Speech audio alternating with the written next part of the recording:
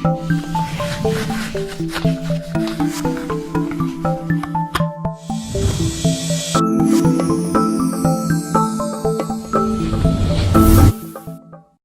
everybody. This is Alan Ellman, the Blue Collar Investor, with today's option selling question of the day. Today's question comes from Graham.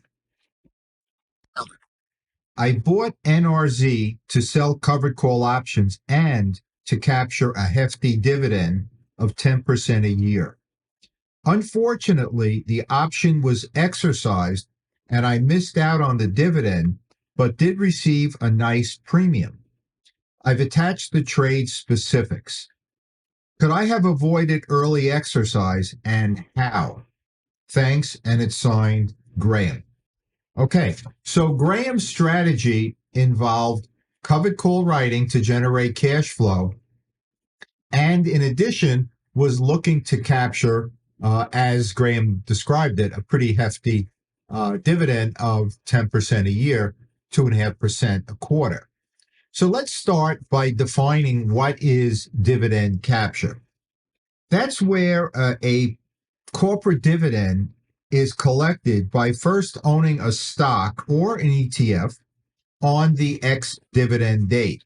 So the ex-dividend date comes before the actual pay date of the dividend. Now, if exercise occurs early, then it's typically the day prior to the X date, so that the option holder who exercised that option will have the shares on the X date and therefore will be eligible to capture that dividend. And if we own the shares that were exercised or assigned, then we no longer would be the ones capturing the dividend. Now, let's have a look specifically at the trade that Graham shared with me in the attachment to the email. On 6/21/2022, Graham purchased 2,500 shares of NRZ, New Residential Investment Corp., which trades on the New York Stock Exchange under the ticker symbol NRZ. The shares were purchased at $9.34. Now, immediately after purchasing the shares, the 25 contracts of the July 15th $9 call, so an in-the-money strike, were sold at 60 cents. So of that 60 cents, 34 cents is intrinsic value, the amount that the strike is lower than the current market value of the stock, and the remaining 26 cents is the actual time value initial profit. Now, the ex-dividend date was June 30th, which means that all the action, if early exercise occurred, would be initiated on 6/29. Notification probably wouldn't happen until 6/30, but 6/29 is the date that the option would be exercised. Now, on 6/30, that's when Graham found out that the calls were exercised. Shares were sold at $9, and Graham was no longer eligible to collect that dividend of 25 cents. Now, I'm going to show you now a screenshot of the BCI Trade Management Calculator, which has a lot of numbers on it, but I'll try to keep this simple. The top row of the screenshot shows the trade entry, where NRZ was purchased at $9.34 and the $9 in-the-money call was sold at 60. The second row shows the initial time value profit, which was 2.89% for a 25-day trade if taken through expiration, which it wasn't. And based on that 25 days, it would annualize out to 42.18%. Now, the downside protection is 3.64%, which means that NRZ can drop by that amount and still guarantee that we generated the entire 2.89% return. And the amount of premium generated was, from a time value perspective, $650. Now, the third section down shows that shares were sold at $9. And then the last section at the bottom shows the final results where you see the arrows. And the total cash profit from the option perspective is $1,500. 6.42% return. But on the stock side, we're actually losing money, 3.64%. So all the way to the bottom right, where you see the two arrows in the bottom right corner there, that shows you the final trade results, a net cash profit of $650. Remember, this is from June 21st through June 30th. So it's 10 days. And that represented a 2.78% covered call realized profit. So pretty darn good, wouldn't you say? But yep, the dividend was not captured. Now let's have a look. This is interesting now. Let's have a look at the option holder, the option buyer's perspective. If the option buyer's goal was to capture that dividend, what choices did that person have prior to that expiration, that X date decision on 6/29? Now, at the time, the stock was trading at $9.45, and the option could have been sold for 60 cents. That was the bid price of the $9 call at that point in time. All right. So as you could see, what I did was I divided the two choices into a left and right section.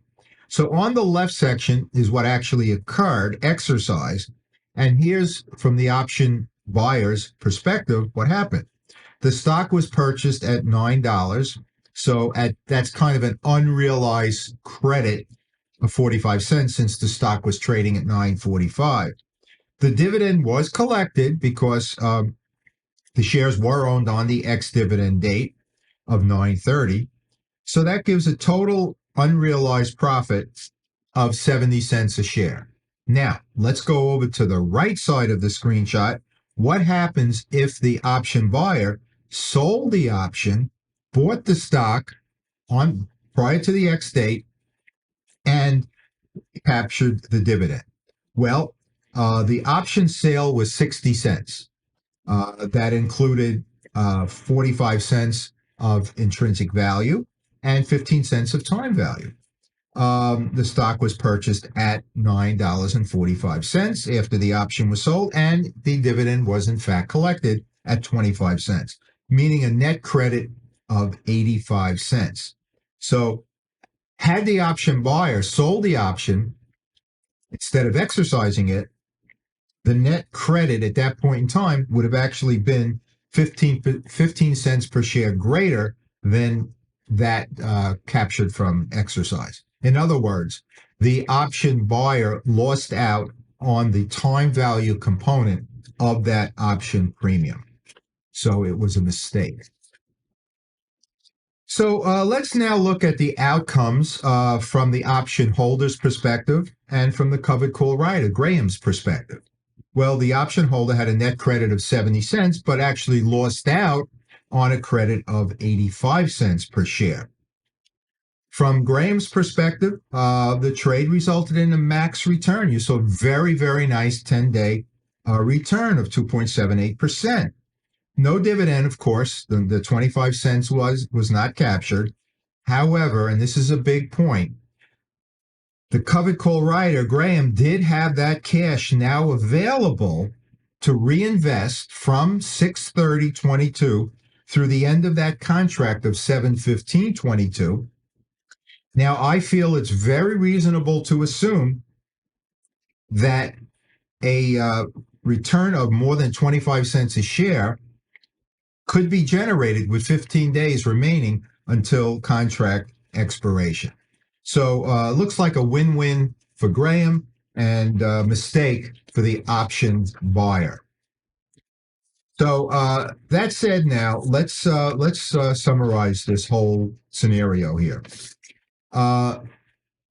This shows that early exercise was the result of investor error. How do we avoid that? Bottom line is, folks, we can't. These aberrations are very rare, but when there's nothing we can do to avoid that if our goal is in fact to capture that dividend. You know, sometimes we could care less about the dividend, or we think that, you know, maybe it's icing on the cake, but we don't focus much on it. But in this particular case, the strategy was defined as covered call writing cash generation along with dividend capture. So when there's an investor error made, we cannot account for that. The call buyer certainly could have generated higher returns. The call seller, Graham, did actually benefit because he now had the cash to reinvest. So early exercise due to X dates is rare, but it will pop up every once in a while. If dividend capture is part of our investment strategy with covered call writing, there is no way to avoid these types of aberrations. Folks, before I go, I just want to mention to you, to our premium member community, those of you considering joining our premium member community, this is the only place that archives all of our Ask Alan videos, now over 200 of them. Log into the member site where you see the arrow at the bottom where it says click here for more Ask Alan videos. You'll see the first 10 listed from a long time ago. And when you click on that arrow, the remaining over 200 will appear. And on the right side of the member site, if you scroll down in the resources download section to A for Ask Alan video topics, you'll see all the topics listed so you can refer to the videos that you have particular interest in. Now, we also have two main packages for those of you looking to master the strategies of covered call writing and selling cash secured puts. Let me briefly mention those to you. We have our BCI package, which is an acronym for our best and most comprehensive investment package ever offered by the blue collar investor. 18 components, 6 online video courses with downloadable workbooks, 6 calculators invented and created by the blue collar investor and therefore found nowhere else, 5 of our best-selling books in ebook format, and our 13-month annual premium member subscription of eligible option selling securities, dozens of files and downloads, along with about 250 plus training videos only found on the premium member site. The other package I want to briefly mention to you folks is our BCI Trade Management System, which shows the calculator. You got a little sneak preview of it during this video. And we believe it's the only spreadsheet of its kind anywhere in the world that allows us to enter, calculate initial returns, manage our trades with over 20 different exit strategy choices, and then get our final returns for both each trade and for our total portfolios. So that package includes the spreadsheet, its user guide, and my 8th book, Exit Strategies for Covered Call Writing and Selling Cash Secured Puts. For more information on these packages, go to our website, thebluecollarinvestor.com, and click on where you see the red arrow, Best Discounted Packages. There's videos and lots more information regarding these packages. So folks, that takes care of this Ask Alan video.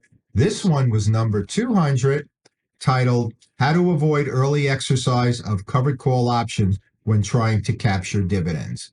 I want to thank Graham for sharing his trades with the BCI community.